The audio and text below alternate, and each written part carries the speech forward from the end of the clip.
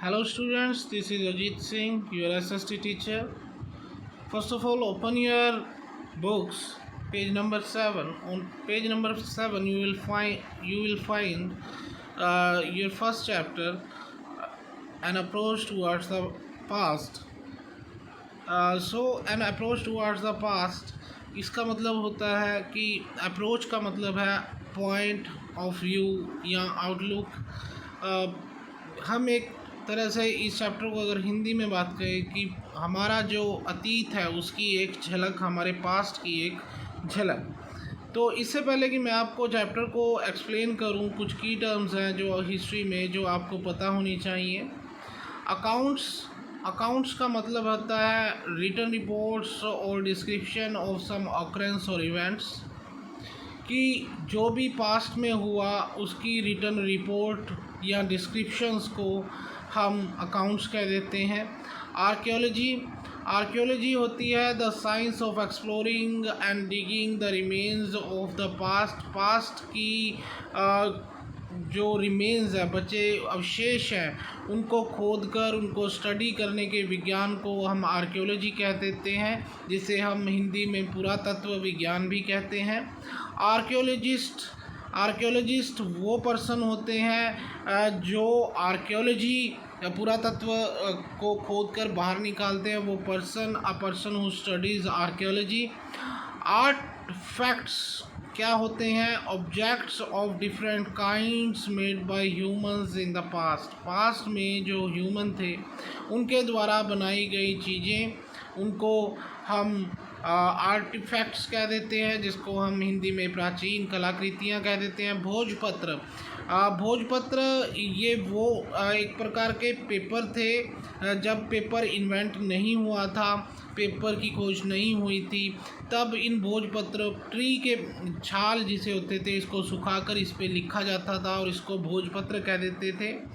Historian हम हिंदी में कहेंगे इतिहासकार, जो पास्ट, वो लोग जो पास्ट को डिस्क्राइब करते हैं। History the period for which written records are available. History उस पीरियड का नाम है जहाँ पर रिटर्न रिकॉर्ड पास्ट के अवेलेबल हैं, जिसको हम हिंदी में इतिहास कहते हैं। इंस्क्रिप्शंस होते हैं written records engraved on stones, tablets और any other hard surface that provide us important information about the kings and queens. Written records होते हैं जो खोद के स्टोन्स पे या ईंटों पे या हार्ड सरफेस पे खोद के उसके ऊपर लिखा जाता है, जिसके बारे में हमें पुराने राजाओं या रानियों के बारे में पता चलता है। प्री हिस्ट्री वो पीरियड है जब राइटिंग इन्वेंट नहीं थी, आदमी को ना तो पढ़ना आता था ना लिखना आता था। सेक्युलर का मतलब है नॉट रिलेटेड टू रिलीजन, भी कोई भी ऐसी चीज़ जो कि धर्म से संबंधित ना हो, जिसको हम हिंदी में धर्मनिरपेक्ष भी कहते हैं। ट्रैवलर्स अकाउंट वो बुक्स जो कि फॉरेन से आए ट्रैवलर्स के द्वारा लिखी गई हैं इंडिया में, उनको ट्रैवलर्स अकाउंट के नाम से जाना जाता है, जिसको हम हिंदी में यात्रा विवरण के नाम से भी जानते हैं। Now I am going to explain you the lesson. तो सबसे पहले जो हिस्ट्री क्या होती है? हिस्ट्री वो नॉलेज है जो हमें पास्ट की स्टडी करके प्राप्त होती है, उसको हम हिस्ट्री करते हैं। इससे ये हमें बहुत कुछ सिखाती है, ये हमें गाइड करती है हमें क्या करना चाहिए या ना क्या नहीं करना चाहिए। ये हमारा जो पास्ट है, रिच पास्ट है, उसके बारे में इंफॉर्मेशंस देती है कि कैसे लोग रहते थे, वो क्या खाते थे, क्या पहनते थे, किस तरह के घरों में रहते थे और बनाते थे। तो we know that the present can not be understood without understanding past. जब तक हम अपने पास्ट को नहीं जानेंगे तब तक हम अपने प्रेजेंट को नहीं समझ पाएंगे। इसलिए वो लोग जो हिस्ट्री को डिस्क्राइब करते हैं उनको हिस्टोरियंस कहते हैं। अब हम पढ़ेंगे कि इम्पोर्टेंस क्या है हिस्ट्री की। तो फर्स्ट इज़ कि हम we come to know about kingdoms, dynasty, kings and leaders by studying history. तो हमें हिस्ट्री को पढ़ के पुराने राजाओं या नेताओं के बारे में या वंश डायनेस्टीज़ के बारे में या किंगडम्स के बारे में पता चलता है. It also deals with the lives and activities of ordinary people who have shaped the pages of history. आम लोगों के बारे में भी, जीवन के बारे में भी हमें पता लगते हैं, जो कि हिस्ट्री का एक महत्वपूर्ण, हमारे इतिहास का एक महत्वपूर्ण हिस्सा है. सेकंड वन इज़ कि the knowledge gained from the study of history is important to understand both the past and present. कि जो हिस्ट्री है, इसकी जो स्टडी है, इसलिए भी इम्पोर्टेंट है क्योंकि ये हमारे पास्ट और प्रेजेंट को समझने में हमारी हेल्प करता है. आज जो भी हो रहा है वो कल हिस्ट्री होगा और हम में से हर कोई एक हिस्ट्री का पार्ट है. तो next importance of history is कि हिस्ट्री हमें गाइड करती है अपने गोल को सेट करने में. ये हमें बताती है कि हमें ऐसी मिस्टेक्स नहीं करनी चाहिए जो हमारे पूर्वजों ने करी हैं. We understand the continuous development of human being by studying history. History को पढ़ के हमें जो कॉन्टीन्यूस डेवलपमेंट हुई है हमारे टेक्नोलॉजी में, लिटरेचर में, रिलीजन में, आर्ट में, आर्किटेक्चर में, इसके बारे में हमें पता चलता है. We can easily understand the basic nature of our society by studying, कि किस तरह से आज जो व्यक्ति हैं वो बिहेव करते हैं, वो ऐसा क्यों करते हैं, वो एक दूसरे से पहले क्यों लड़े और उन्होंने एक दूसरे का साथ क्यों दिया, उन्होंने किस तरह के फोर्ट बनवाए. इस तरह की हमें जो जानकारी हिस्ट्री से मिलती है और इसलिए हिस्ट्री जो है हमारे लिए इम्पोर्टेंट है. नेक्स्ट जो है डिवीज़न ऑफ पास्ट की अगर बात करें, कि जो हिस्टोरियंस हैं उन्होंने हमारे पास्ट को 2 पीरियड्स में डिवाइड किया है, pre history and history. Pre history वो पीरियड था जब राइटिंग डेवलप नहीं हुई, इन्वेंट नहीं हुई थी और ह्यूमन को ना तो पढ़ना आता था और ना ही लिखना आता था. हम प्री हिस्ट्री के बारे में आर्कियोलॉजी सोर्सेज थे उनसे पता चलता है. जिस तरह से कि कोई आर्कियोलॉजिकल रिमेन्स हो गए, जिस तरह कोई किसी प्रकार का टूल हो गया, कोइंस, बोन्स, पोट्स, ज्वेलरी, इन सभी चीज़ों से हमें जो प्री हिस्ट्री के बारे में पता चलता है. Second one is history. जो हिस्टोरियंस ने प्री हिस्ट्री और हिस्ट्री में डिवाइड किया, तो हिस्ट्री क्या थी कि इस पीरियड के बारे में हमारे पास रिटन रिकॉर्ड अवेलेबल है. This covers the time period after the invention of writing. तो early writing was done on the birch tree. पहले जो राइटिंग थी बार्क पे होती थी, जिसको भोजपत्र, जैसा कि मैंने आपको पहले भी आपको बताया है, क्ले टैबलेट्स पे लिखी जाती थी, पाम स्लीव पे, कॉपर प्लेट्स पे या रॉक पिलर्स पे. इस तरह की जो हिस्ट्री थी वो लिखी जाती थी. अब बेटा आ जाता है आपका नेक्स्ट पेज नंबर 8 पे. ये MCQs है. You will solve them yourself. Now sources of history के सोर्सेज कौन से हैं? हिस्ट्री के 2 सोर्सेस हैं, आर्कियोलॉजिकल और लिटरेरी. आर्कियोलॉजिकल जो होते हैं आर्कियोलॉजिकल जो सोर्सेज होते हैं वो नॉन रिटन सोर्सेज हैं. Art fact, monuments, coins, inscriptions, ये पार्ट हैं आर्कियोलॉजिकल सोर्सेज का. और लिटरेरी सोर्सेज जो है वो रिलीजियस लिटरेचर और सेक्युलर रिलीजियस लिटरेचर के पार्ट हैं. तो अब हम आर्कियोलॉजिकल सोर्सेज के बारे में पढ़ेंगे. आर्कियोलॉजिकल जो सोर्सेज हैं वो डायरेक्ट एविडेंस होते हैं. ये इनको जो ह्यूमन बीइंग है वो ना तो चेंज कर सकता है, ना ख़त्म इनको अल्टर भी नहीं कर सकता. तो ये एक फिज़िकल एविडेंस है. तो आर्कियोलॉजिकल जो सोर्सेज हैं उनमें आर्ट फैक्ट है. आर्ट फैक्ट क्या होते हैं? जब the objects of different kinds made by human in the past और कॉल्ड आर्ट फैक्ट्स. जो किसी भी तरह की चीज़ जो ह्यूमन के द्वारा बनाई गई हैं उनको पास्ट में उनको आर्टिफैक्ट कहते हैं. For example things like metal object, pottery, tools, ornament, jewellery, weapons, cultures. तो ये सभी जो है आर्ट फैक्ट्स हैं जिनकी स्टडी करके हमें पास्ट के बारे में काफ़ी इन्फॉर्मेशन मिल सकती है। तो इसी तरह से हड़प्पा और मोहनजोदाड़ो जो कि कुछ सिविलाइजेशन थी आज से 4000 ईयर्स पहले, ये जो सिविलाइजेशन थी ये रिवर इंडस रिवर थी उसके बैंक के पास, उसके किनारे जो थे ये फ्लोरिश हुई थी ये दोनों civilisation. Second archaeological sources monuments क्या होती है? Old building, ruins of old buildings, temples, stupas, mosques, tombs, caves, palaces and old settlements which are historically important and provide important information of our past heritage are called monuments। तो ये जो सभी पुरानी buildings हो गई या पुरानी बिल्डिंग के जो ख़त्म हो चुकी हैं, टूट चुकी पुरानी बिल्डिंग हो गई, मंदिर हो गए, स्तूप हो गए, मोसेक्स मस्जिद हो गई, टॉम्ब्स हो गए, गुफाएं हो गई, महल हो गए, ये सभी मोनूमेंट्स के एग्ज़ाम्पल्स हैं, इनको मोनूमेंट्स कहते हैं। और इनसे भी हमें पास्ट के बारे में, इन मोनूमेंट्स से भी हमें पास्ट के बारे में काफ़ी इन्फॉर्मेशन मिलती है। तो जैसा कि पिक्चर में भी दिखाया गया, ये एक स्तूप है, ये एक आर्कियोलॉजिकल सोर्स है। नेक्स्ट वन इज़ कोइंस जो क्या होते हैं?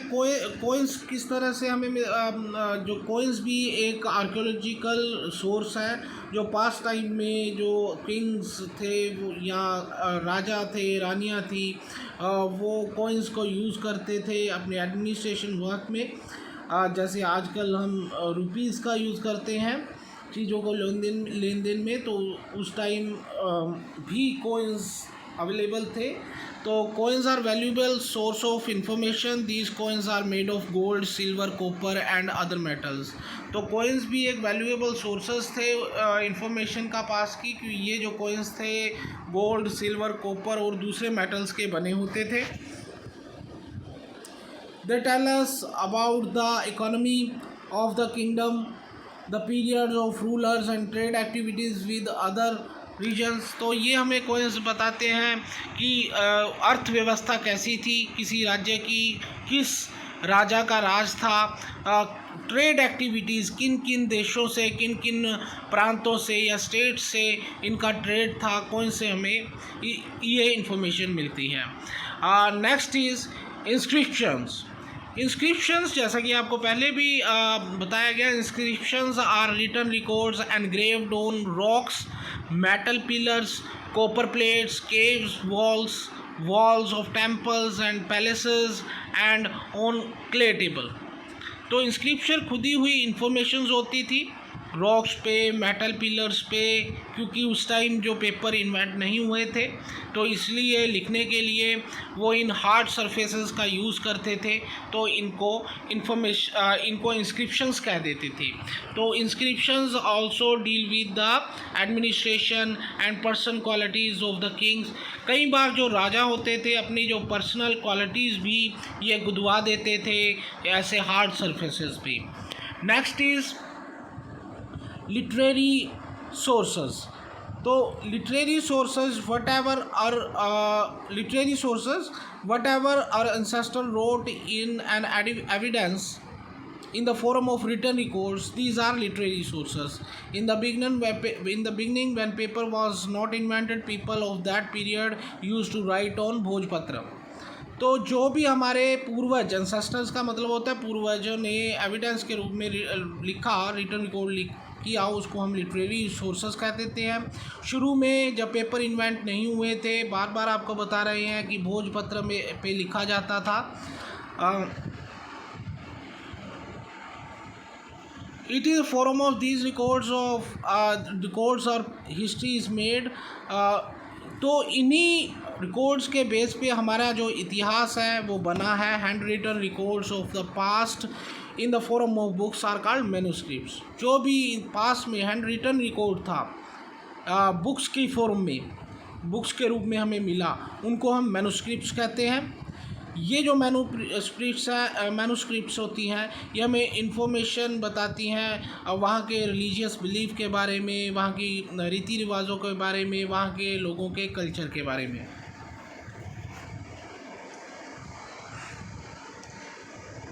नेक्स्ट वन इज़ जो लिटरेरी सोर्सेस में भी डिवाइडेड इनटू टू टाइप्स। जो जैसा कि आपको पहले बताया गया, लिटरेरी सोर्सेस को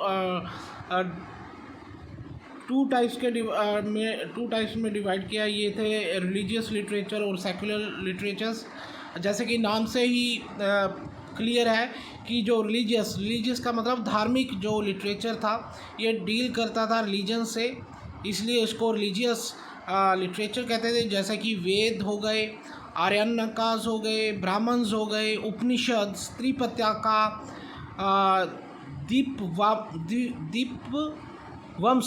दीपवंसा, महावंसा, जटाका, ये सभी रिलीजियस बुक्स थी हमारी सब कॉन्टिनेंट की। तो इससे हमें काफ़ी इम्पोर्टेंट इन्फॉर्मेशन मिलती है हमारे एंशिएंट इंडिया के बारे में।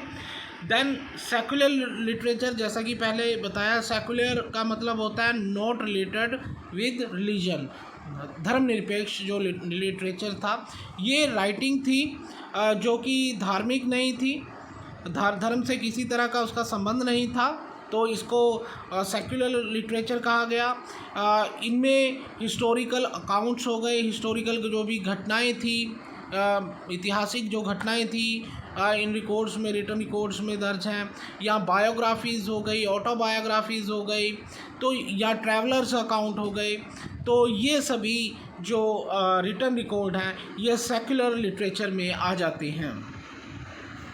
इसी तरह से जो कि अर्थशास्त्र, जो कि कौटिल्य ने लिखा था कि किस तरह से गवर्नमेंट पास्ट में जो मौर्यन एडमिनिस्ट्रेशन में चलाई जाती थी उसके बारे में हमें इंफॉर्मेशंस देती हैं। ट्रैवलर जो अकाउंट्स हैं वो भी सेकुलर लिटरेचर में इंक्लूडेड हैं। इसमें कई जो फॉरेनर्स थे वो इंडिया में आए, उन्होंने जहाँ जहाँ पे वो आए वहाँ के बारे में उन्होंने जैसे कि सोशल और पॉलिटिकल अकाउंट्स के बारे में लिखा, कंट्री के ट्रैवलॉग्स लिखी। जिस तरह के मैक्सथनीज आया इंडिया में रहा, वो उस टाइम का वो ग्रीक एम्बेसडर था, चंद्रगुप्त मौर्य के काल में ये आया, उसने इंडिका नाम की जो बुक थी वो राइट की। नेक्स्ट पेज नंबर 9 पे भी कुछ MCQs है। You will on the basis of your reading you will solve these 2 MCQs yourself. Next is geographical impact. Geographical का मतलब भूगोलिक जो इम्पैक्ट है, भूगोलिक जो प्रभाव है हमारे देश का, वो क्या है। The geography of country plays a major role in its history. जो हमारे किसी भी कंट्री की भूगोलिक परिस्थितियाँ होती हैं उसकी हिस्ट्री पे उसका प्रभाव पड़ता है। जो ईरानियन और ग्रीक थे वो इंडस रिवर को हिंडोस कहते थे या इंडोस कहते थे। So the land to the east of the river was called India. जो भी रिवर के ईस्ट की ओर लैंड थी उसको इंडिया कहा जाता था। तो इसी तरह से एक हमारा जियोग्राफिकल इम्पैक्ट है। ग्रेट हिमालय नॉर्थ में है ये हमारे इंडिया के। ये एक बैरियर की तरह काम करता है, नेचुरल बैरियर की इसने काम किया। तो नॉर्थ की ओर से इतने जो घुसपैठिए थे, इन्वेडर्स का मतलब होता है फॉरेन, ये इन्वेडर्स का मतलब घुसपैठिए थे, ये इतने इन्वेडर्स नहीं आए थे। Hence very few invasions have taken place from this side. इसलिए इस जगह से बैरियर की तरह बहुत यहाँ इसको पार करना काफ़ी मुश्किल था उस टाइम। तो यहाँ से बहुत कम घुसपैठ हुआ। फिर हम बात करते हैं नॉर्दर्न प्लेन्स की। ये भी एक जियोग्राफिकल इम्पैक्ट था इसका भी, क्योंकि जो नॉर्दर्न प्लेन थे ये काफ़ी डिवेलप हुए थे, क्योंकि ये प्लेन्स जो थे काफ़ी फर्टाइल थे as comparison to other part of the country. तो जो कई रिवर्स तो जो थी वो मोड ऑफ ट्रैवल थी यहाँ पे, कई रिवर्स से आया जाया जाता था नॉर्दर्न प्लेन्स में।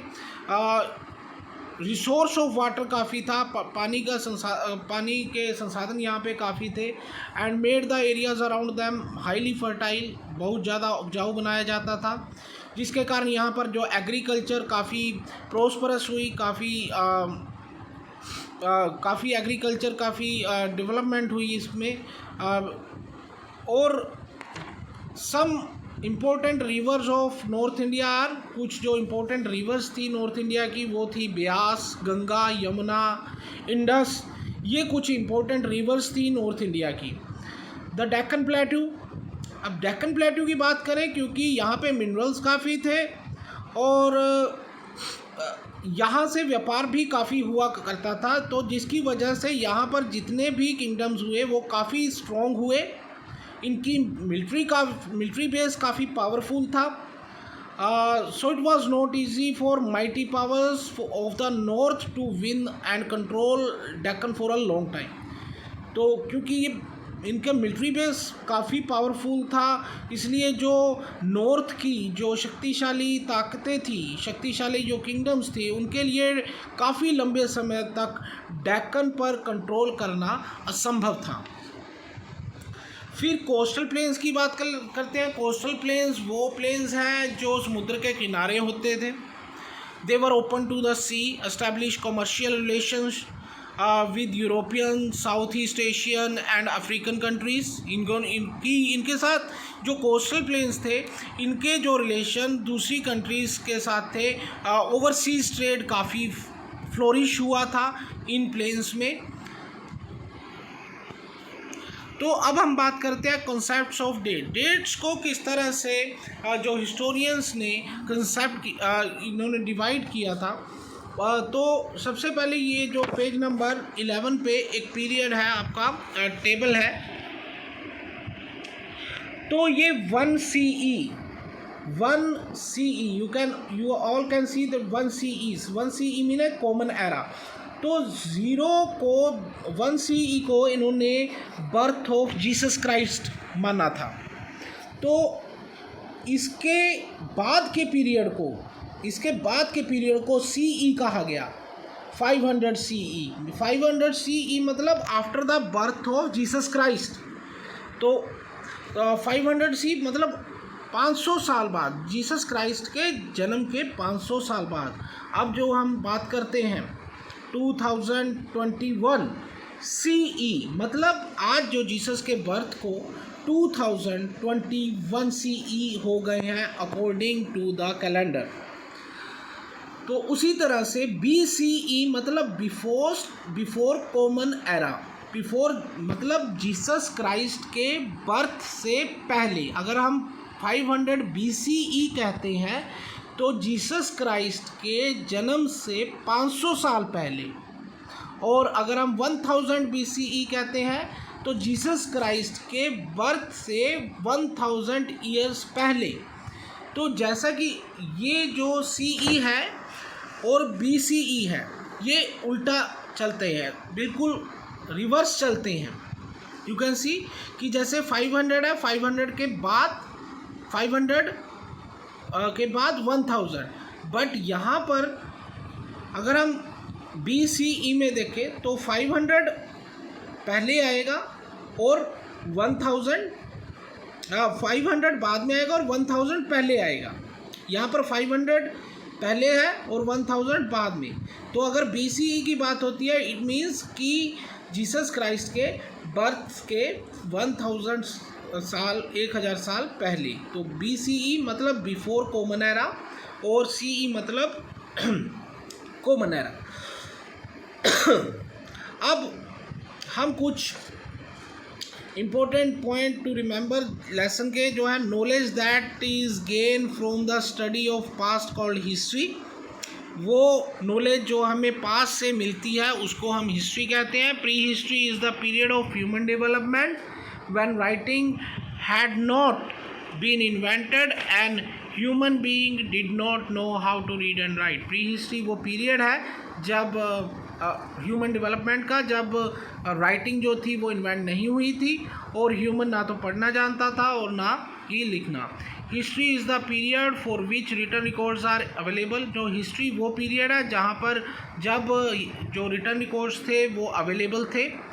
Source of history are divided into archaeological source and literary sources. अगर हम सोर्सेज की बात करते हैं हिस्ट्री के तो वो 2 टाइप्स के हैं, वो हैं आर्कियोलॉजिकल सोर्सेज और literary sources. Literary sources are divided into religious literature and secular literature. Literary sources जो है वो आगे डिवाइड हैं रिलीजियस लिटरेचर और सेकुलर लिटरेचर में। और जो geography of a country plays a vital role in its history. कोई भी भौगोलिक परिस्थितियाँ होती हैं किसी भी देश की, वो उस देश की हिस्ट्री में एक महत्वपूर्ण योगदान अदा करती हैं। तो BCE before common era stand for anything that happen before the birth of Jesus Christ, जैसा कि आपको बताया जा चुका है। And CE common era stands for anything that happen the birth of Jesus Christ. So these were the main points. So you must listen the explanation carefully and try to solve MCQs, fill in the blanks, true false yourself on page number 11 and 12. Thank you students. Have a nice day.